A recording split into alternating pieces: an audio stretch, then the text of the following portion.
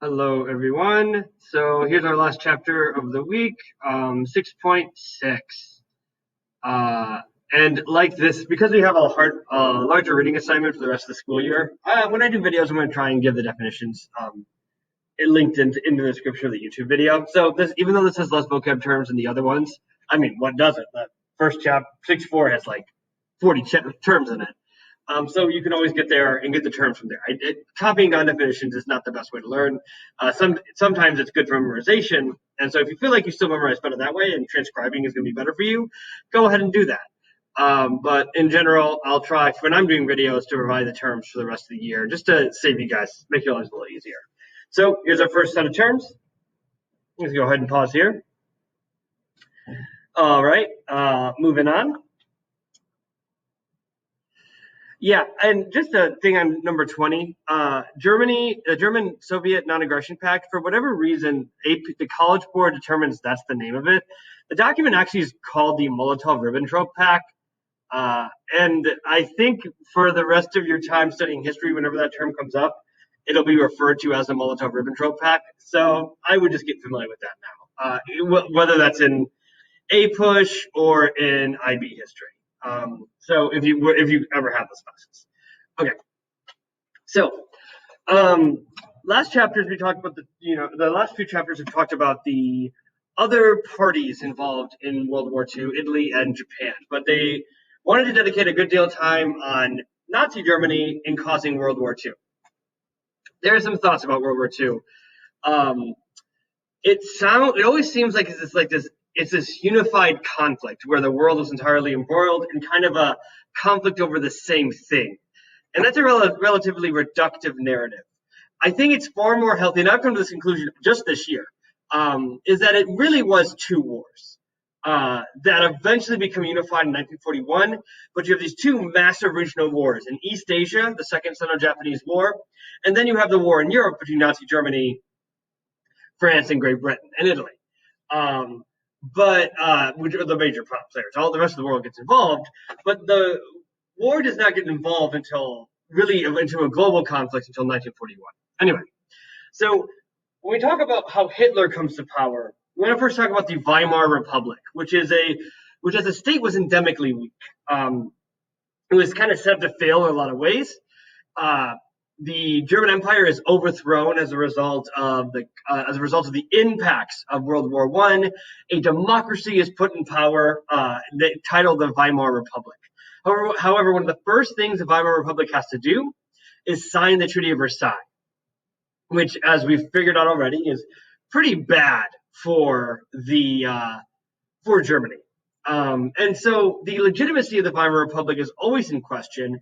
And another thing to think about is we take this for granted, but I think actually after the events of January 6th, we take it less for granted now. But democracy is fragile.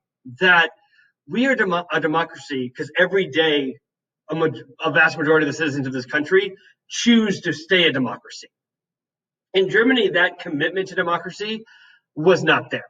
And so, in general, many Germans believe that democracy was an inefficient form of government. You got to think about the fact that for most of Germany's history, from 1870 onwards, it was an empire that operated under the rule of an emperor. Hitler was a veteran of World War I. He was born in Austria, but he really kind of identified more with Germany. Austria is a German-speaking nation. It's not necessarily the same exact thing, but Hitler identified with Germany. And even during World War I, he moved to Germany to fight with Germany during World War I.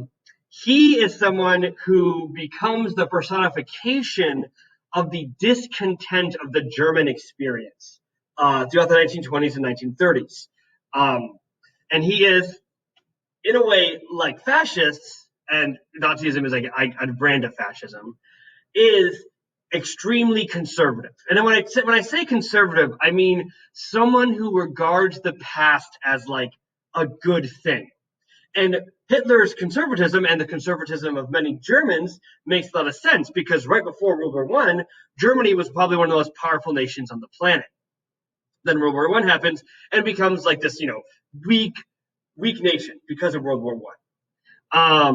And so Hitler becomes this very talented politician who's able to tap into the discontent that the German people feel towards the world as it is, and the Weimar Republic being an endemically weak democracy. That the military is never all that much a fan of the Weimar Republic. There are several attempts by the military to overthrow the Weimar Republic that barely fail, mainly through the acts of like communists and socialists within Germany who feel like that's a democracy was probably the better thing, the better path for Germany.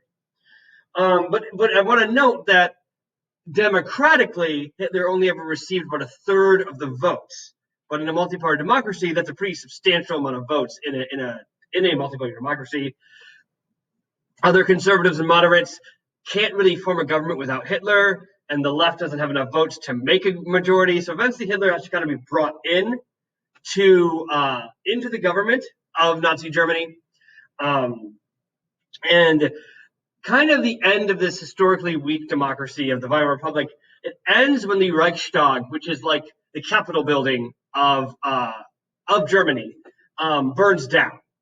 We're not sure who burnt it down, but Hitler blames this like just patsy, this guy who's a socialist, he gets arrested, he gets put in a sham trial, and through this alleged terrorist attack, Hitler's able to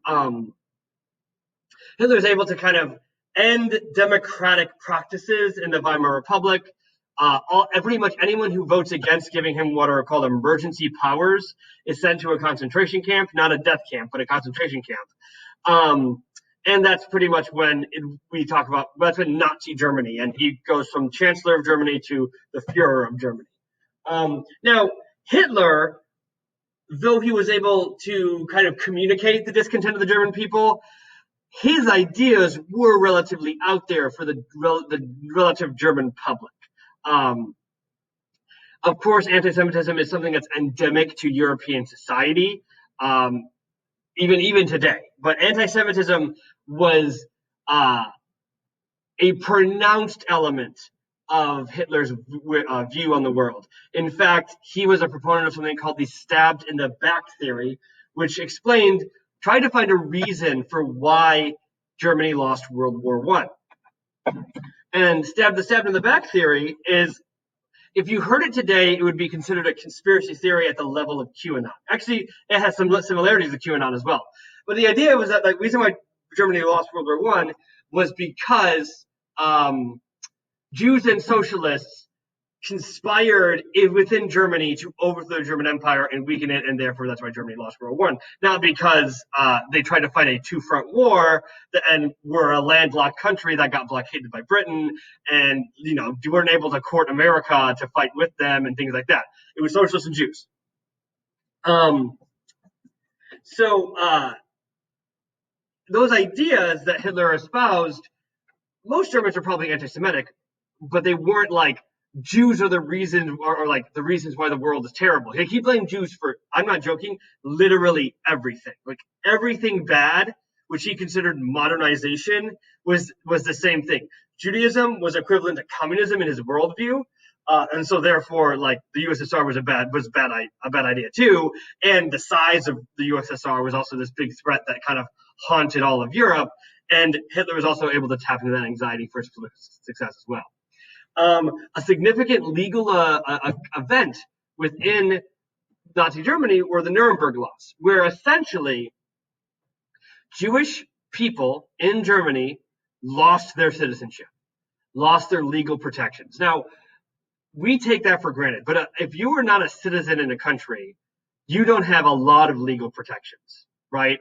Like if you're not a citizen in this country, as America, we've kind of more broadly interpreted that actually many people who aren't citizens have access to legal protections, but those are like our interpretations of that. That's not a given that happens.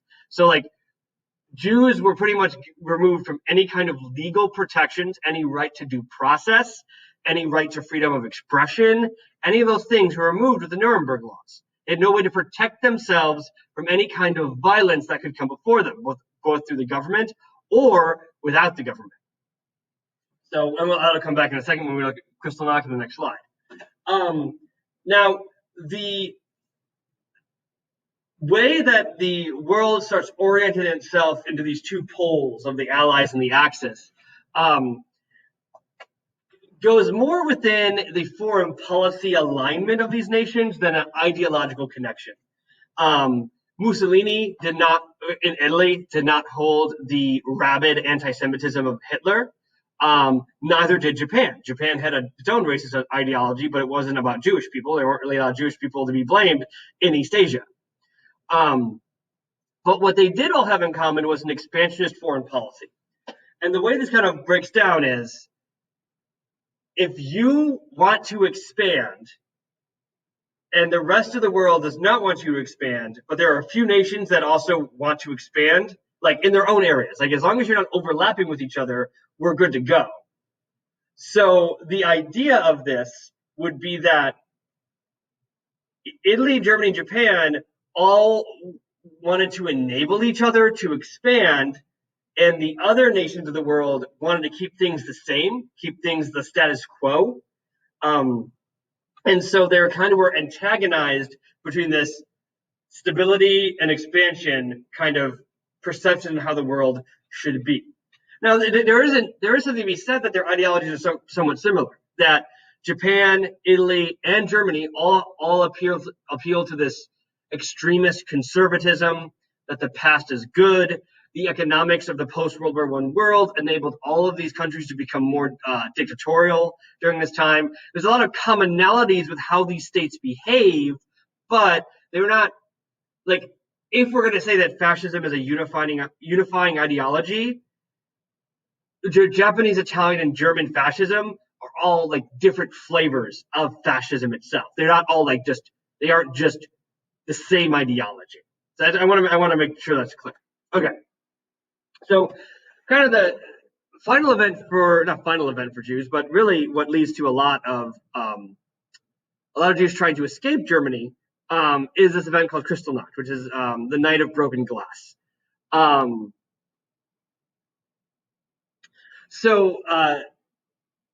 Because the Jews have no legal protections, they kind of exist at the whims of their community. And so the SS and SA, which are these paramilitary groups within the Nazi party, and we'll talk about this, you'll learn about this more as you go through history. A paramilitary group is a military group that is not a part of a government, like funded by the government. So the SS and SA were funded by like other kinds of like resources beyond like taxes. These groups organized violence against Jewish communities across Germany. They went into Jewish majority regions. They burned down synagogues. They destroyed businesses. They broke windows. That's why it's called the Nights of Broken Glass. And they did this with impunity. There was absolutely nothing that German Jews could do beyond like physically resist this violence during Kristallnacht. Because if they went to the courts, they weren't acknowledged as people in the courts. So they couldn't sue anyone because if you're not a dog can't sue a person, right?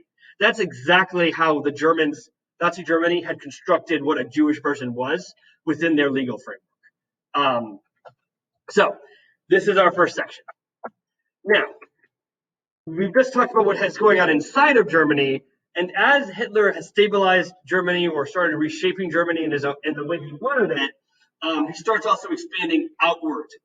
And a lot of this is enabled to a policy of appeasement. But we'll talk about kind of like, obviously we have the benefit of hindsight bias, and we get to say that, wow, the Allies were idiots for giving Hitler what he wanted. But I really want to appeal to your sympathy and really try to think about what situation Britain and France were in, and Italy, I guess, in after World War I, and why appeasement might have been the rational policy choice, even though we know that it was the wrong choice.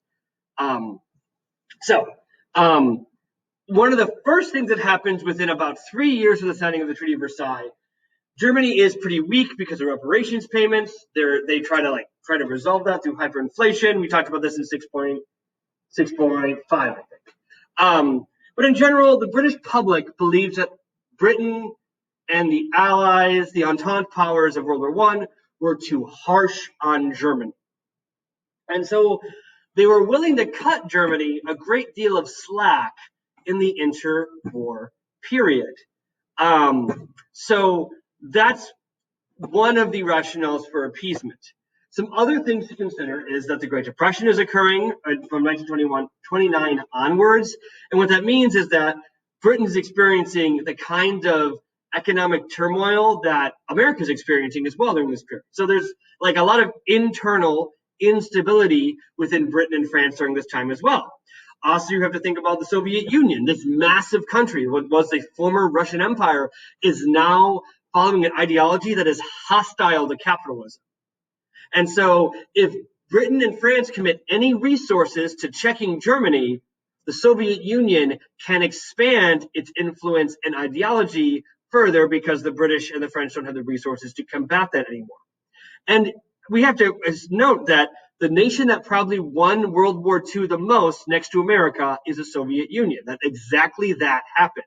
Communism did expand as a result of World War II.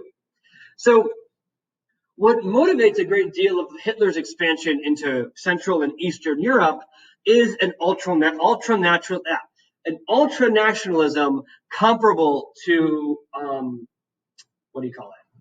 comparable to Serbian revanchism in World War I. That they said like any place that was Serbian speaking was Serbia, and we want to include them in our version of Serbia. So the first nation was Austria as a German-speaking nation. It was, I would not call it peacefully unified, but it was not militarily invaded, okay? So the Austrian government collapses as a result of what's called the Anschluss, but many Austrians who, again, they used to be part of the Austro-Hungarian Empire, then they got destroyed in World War I, and they wanted to return to a past where Austrians were strong, were great, and they saw Hitler's discussion of reversing the shame of Versailles as a way to return back to that past. So Hitler's messaging was also something that was attractive to German speakers in Austria.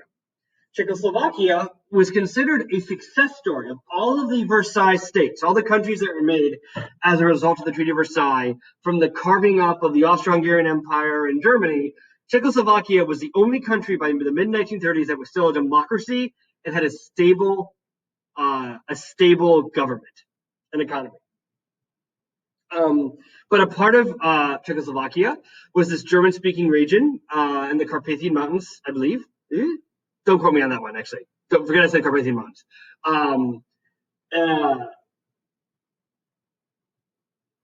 Called Sudetenland. The region was called Sudetenland. And Hitler funded these radical groups inside of Sudetenland, the Sudeten Nazi Party, essentially. Actually, I think that's what their name was. And they start agitating for like internal strife. They start doing some terrorism, stuff like that. Czechoslovakia is like, yo, quit it. Hitler's like, I'm going to take this. The world meets at this place in Munich, Germany, at the Munich conference, where the Prime Minister of Britain, Neville Chamberlain, he is following the pressures of the democratic society he leads in Great Britain. Great Britain does not want to fight another war. Great Britain does not want communism to expand, so they don't want to commit to fighting a war against Germany. Great Britain thinks that Germany was treated too harshly in Versailles, and for all these reasons, Neville Chamberlain says, all right, if we give you Hitler, Sudetenland, will you stop expanding? And Hitler's like, yeah, sure, I will. So they do. They give Hitler Sudetenland, and pretty much immediately after that, Hitler invades the rest of Czechoslovakia and takes control of it. But here's the thing to think about. That's not the point where that could have been a point where Germany and France step in, but it isn't, because Czechoslovakia was like completely surrounded by Germany at this point, from like the north and the south and the east. So there wasn't really like a safe place for Czechoslovakia to be because of Austria and Italy. So Czechoslovakia falls. And the final thing, the straw that breaks the camel's back, is the invasion of Poland by Hitler. Now, this is probably just as bad of a time to fight a war with Germany, because Poland is farther away than Czechoslovakia. But I think at this point, the British and the French are like, we can't just let him keep doing this. The thing that was mostly keeping Hitler in check from actual invasion and committing military resources to expansion was the existence of the Soviet Union. Germany and the Soviet Union were hostile to each other ideologically. Fascism and communism do not mix. I mean, as I mentioned earlier, Hitler thought, fascism was, communism was essentially ideological Judaism, apparently. And so he thought that, like, that's a bad thing. Like, he does not want to deal with that and stuff like that. But for some reason, because their goals align, because it's not just Germany that loses territory in the Treaty of Versailles, Russia and the Soviet Union lost territory in the Treaty of Versailles as well, mainly in places like Poland, Estonia, Latvia, and Lithuania. So even though ideologically they are not opposite, but they are in an opposition, they are like conflicted with each other. Ideologically, their foreign policy intersects in expansionism. So they, much like what we talked about in the previous section about like Italy, Germany, Japan, Soviet Union was also an expansionist state. And so they signed this Molotov-Ribbentrop Pact. They invade Poland from both sides. And at that point, Great Britain and France are like, we got to stop them. And they declare war on Germany. And that's the start of World War II. Now, final section here. During this whole time, through the 1930s, Europe is becoming more and more involved with itself. Japan is taking advantage of that inward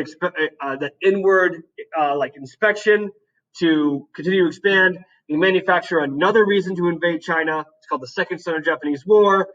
But that war that starts in 1937 is isolated from the events of the other war until the bombing of Pearl Harbor on December 7th, 1941, which unifies the conflict, because that's the point where Japan declares war on Great Britain, America, France, and all the other groups that are part of the Allies. Even though that was a bad idea, but you'll learn about that next week. Okay, have a good day, guys, and I'll see some of you in my Zoom class.